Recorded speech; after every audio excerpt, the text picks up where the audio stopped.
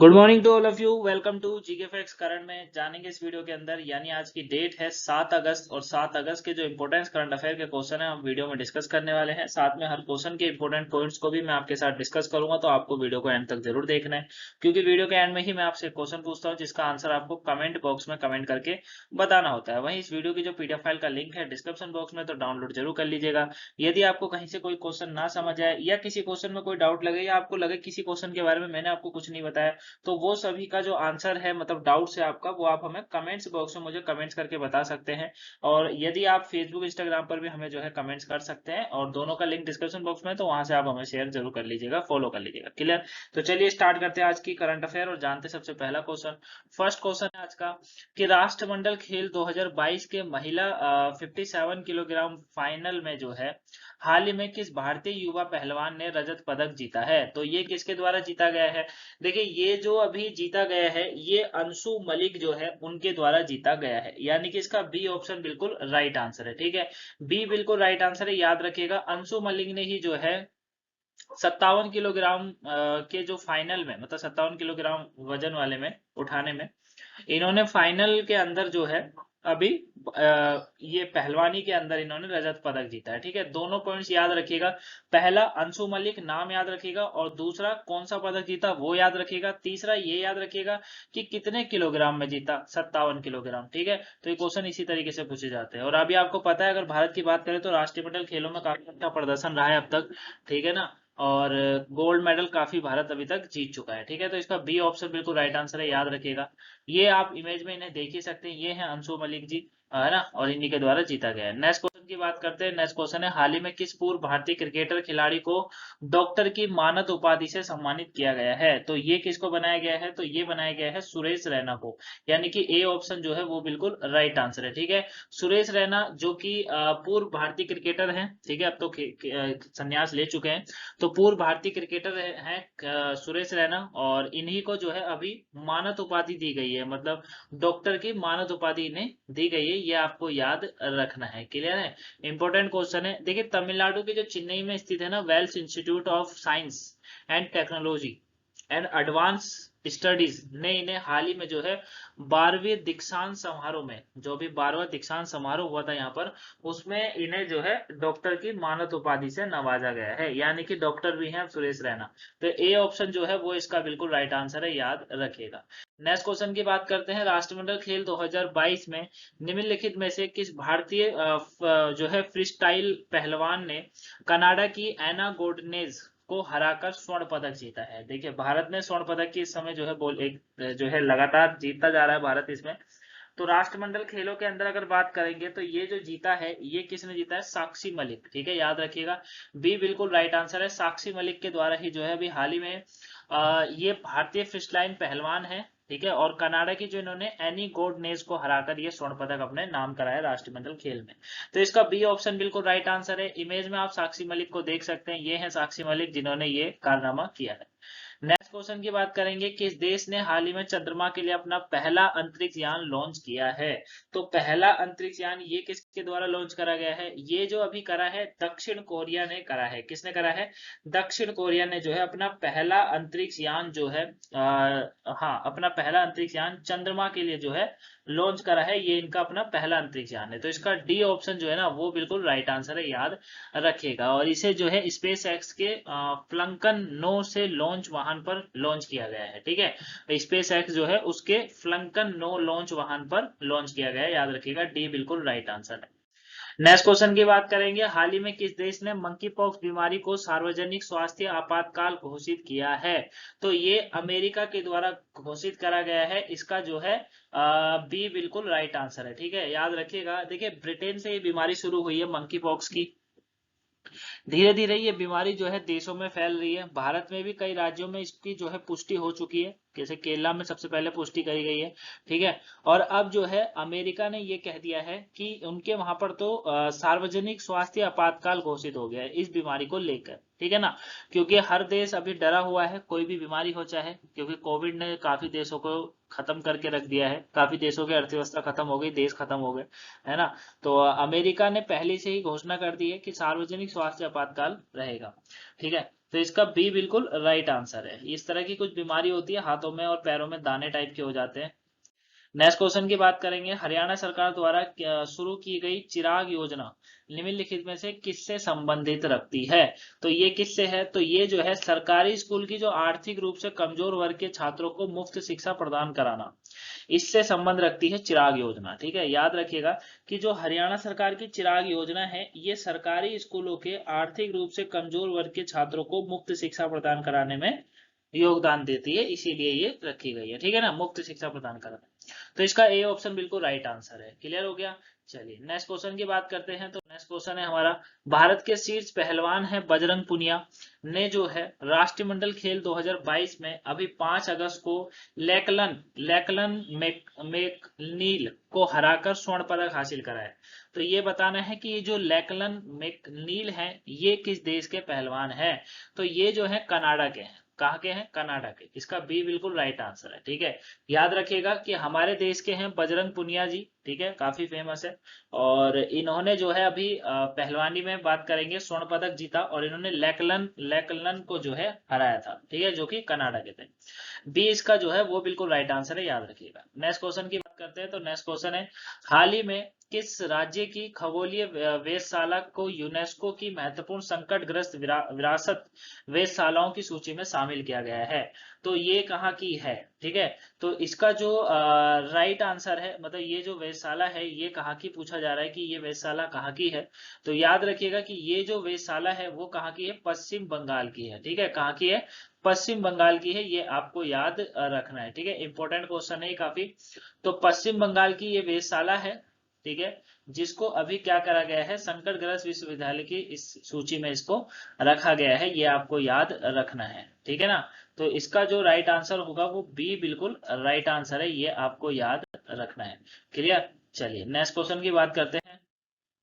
हाल ही में आयकर विभाग के टिन 2.0 प्लेटफॉर्म पर अपने पेमेंट गेटवे प्लेटफॉर्म को सूचीबद्ध करने वाला भारत का पहला बैंक कौन सा बना है? तो फेडरल बैंक जो है वो अभी आयकर विभाग की जो टिन 2.0 प्लेटफॉर्म है उसको अपने पेमेंट गेटवे प्लेटफॉर्म को सूचीबद्ध करने वाला भारत का पहला जो है बन गया है। मतलब एक सूचना की तरह मिलेगा आप सब कुछ फेडरल बैंक के अंदर। ठीक है, ये आपको याद रखना है। अब ये जो अपना पेमेंट गेटवे को इन्होंने प्लेटफॉर्म को सूचीबद्ध करने वाला जो पहला बैंक बन गया है फेडरल बैंक, ये पेमेंट गेटवे करदाताओं को क्रेडिट डेबिट कार्ड, ठीक है, और यूपीआई हो गया, एनएफटी हो गया और साथ में इंटरनेट बैंकिंग जैसे तरीकों का उपयोग कर कर अपना भुगतान करने में सक्षम बनाता है। ठीक है, मतलब इसके द्वारा अगर आपका फेडरल बैंक में खाता है तो आप किसी भी तरीके से जो है कर सकते हैं पेमेंट। ठीक है, चाहे वो क्रेडिट से हो, डेबिट से हो, यूपीआई से हो, एनएफटी हो, ये सब। तो बी इसका बिल्कुल राइट आंसर है, याद रखिए। नेक्स्ट क्वेश्चन की बात करेंगे, मध्य प्रदेश के किस शहर में एक तैरता हुआ सौर ऊर्जा संयंत्र बनाया जाएगा? तो ये कहाँ बनाया जाएगा? मध्य प्रदेश के खंडवा में बनाया जाएगा, याद रखिएगा। ए इसका बिल्कुल राइट आंसर है। ठीक है, खंडवा के अंदर जो है अभी देश मतलब मध्य प्रदेश का जो खंडवा शहर है वहां पर तैरता हुआ सौर ऊर्जा संयंत्र बनाया जाएगा, ये आपको याद रखना है। करीबन 600 मेगावाट बिजली पैदा करेगा ये कहा जा रहा है। ठीक है, जिसको बनाया जाएगा वो 600 मेगावाट की बिजली पैदा करेगा और यह परियोजना के लिए करीबन जो है 3000 करोड़ रुपए से अधिक का खर्चा है। ठीक है, ये आपको याद रखना है। वर्तमान में अगर बात करें तो भारत का सबसे बड़ा फ्लोटिंग सोलर पावर प्लांट जो है वो तेलंगाना में चालू हो गया है। मतलब फ्लोटिंग सोलर पावर प्लांट मतलब ये तैरता हुआ सौर ऊर्जा संयंत्र। ठीक है, तो पहला जो है मतलब अगर बात करेंगे कि अभी कहां पर चालू है वर्तमान में, तो भारत का सबसे बड़े की अगर बात करेंगे तो तेलंगाना के अंदर है। ठीक है, और अभी मध्य प्रदेश के अंदर हो रहा है, खंडवा। नेक्स्ट क्वेश्चन समझते हैं। नेक्स्ट क्वेश्चन है, हाल ही में कौन सा देश है जो भारत का तीसरा सबसे बड़ा कोयला आपूर्तिकर्ता बन गया है? तो भारत का तीसरा सबसे बड़ा कोयला आपूर्तिकर्ता जो देश अभी बन गया है, भारत का तीसरा अगर बात करेंगे तो अमेरिका बिल्कुल राइट आंसर है, ये आपको याद रखना है। ठीक है, ये जो है बन गया है ना, तो इसका ए ऑप्शन जो है ना वो बिल्कुल राइट आंसर है। ठीक है, और रूस ऐतिहासिक रूप से देखिए रूस की इसमें यहाँ पर एक बात को यहाँ रखिएगा कि तीसरा सबसे बड़ा कोयला आपूर्तिकर्ता बन गया है। ठीक है, जुलाई 2022 में रूस, माफ करेगा, रूस बना है, रूस। ठीक है, इसका बी बिल्कुल, इसका भी राइट आंसर है। और रूस जो है वो बना है क्योंकि अमेरिका, अमेरिका जो है वो छठे नंबर पर है। अमेरिका इतना भारत से कोयला आयात नहीं करता। देखिए, जुलाई 2022 में बताया जा रहा है कि रूस जो है भारत का तीसरा सबसे बड़ा कोयला आपूर्तिकर्ता बना है। ठीक है। अब आयात आयात के बाद में बात करेंगे तो जून की तुलना में पांचवें हिस्से से अधिक बढ़कर ये रिकॉर्ड करीबन 2 मिलियन टन का हो गया है रूस के साथ। अब रूस जो है ऐतिहासिक रूप से इंडोनेशिया, दक्षिण अफ्रीका, ऑस्ट्रेलिया और संयुक्त राज्य अमेरिका के बाद भारत के लिए कोयले का छठा सबसे बड़ा आपूर्तिकर्ता है। ठीक है ना। मतलब अमेरिका, दक्षिण अफ्रीका, इंडोनेशिया, ऑस्ट्रेलिया, ये सब कोयला का आपूर्ति अगर कोई करता है तो उनकी भारत करता है। लेकिन अभी रूस इन सबको पीछे छोड़कर आगे बढ़ गया है। भारत से सबसे ज्यादा कोयले की आपूर्ति करता है रूस। ठीक है, ये याद रखिएगा, इंपॉर्टेंट है। क्लियर है, ये क्वेश्चन आगे तक आपके जीके में काम आएगा। क्लियर। और इसमें जो है मोजम्बिक, कोलंबिया, ये पांच देशों के अंदर ये भी देश शामिल है। ठीक है। अब रूस द्वारा यूक्रेन पर आक्रमण है इस समय। ठीक है। और आक्रमण करने के बाद से ही रूस से भारत का आयात लगभग 5 गुना बढ़ गया है। ठीक है। अगर गेहूं की बात करते हैं तो गेहूं में भी केवल भारत विश्व के अंदर एकमात्र ऐसा देश बचा है जहां पूरा विश्व अभी भारत के गेहूं खा रहा है और अपने देश वालों को नहीं मिल रहा है। ठीक है ना। अब राशन की दुकान में आप जा रहे होंगे, चावल ज्यादा मिल रहा है, नुकसान हो रहा है उससे। ठीक है। तो हम लोगों को, ठीक है, इंटरनेशनल के हिसाब से अगर बात करेंगे, बहुत से लोग इसको गलत ले जाते हैं, लेकिन इंटरनेशनल के हिसाब से ये चीजें करना पड़ता है। ठीक है।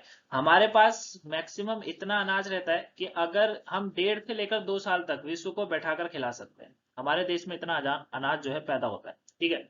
वैसे गेहूं का जो आयात होता था सबसे ज्यादा, वो यूक्रेन से होता था, लेकिन यूक्रेन युद्ध के कारण वहां सब ग्रस्त है, वहां कर नहीं सकते। तो भारत सबका जो है गेहूं आपूर्तिकर्ता बना हुआ है इस समय और कर रहा है। हालांकि अपने देशवासियों को नहीं मिल रहा, कोई दिक्कत नहीं है, लेकिन मिल रहा है कि कई देशों में तो मिल नहीं रहा, जैसे पाकिस्तान, वहां तो कुछ है ही नहीं, है ना। तो वो चीजें हमेशा समझ के चलनी चाहिए। सरकार हमेशा गलत नहीं हो सकती, पर क्या करें, करना पड़ता है ना कुछ लोगों से। ठीक है। तो इसका जो है बी बिल्कुल राइट आंसर है, ये आपको याद रखना है। क्लियर। चलिए नेक्स्ट क्वेश्चन की बात करते हैं। नेक्स्ट है, 6 अगस्त को विश्व भर में निम्न में से किस दिवस के रूप में मनाया जाता है। अब जिसने 12वीं 11वीं में पॉलिटिकल पढ़ी होगी तो अच्छे से पता होगा कि 6 अगस्त को जो है हिरोशिमा दिन के रूप में मनाया जाता है। ठीक है, याद रखिएगा किसके दिन में, हिरोशिमा, है ना। और क्या है ये हिरोशिमा, तो ध्यान से समझिएगा कि 6 अगस्त 2021 को जो है, मतलब 21, मतलब ये जो मनाया जाता है, हर साल मनाया जाता है, विश्व में हिरोशिमा दिवस के रूप में मनाया जाता है। अब 6 अगस्त 1945 को अमेरिका ने जापान के हिरोशिमा शहर पर जो है दुनिया का पहला परमाणु बम पर हमला किया था। ठीक है। किस पर करा था, जापान के अंदर है हिरोशिमा जगह, वहां पर हुआ था, एक शहर है।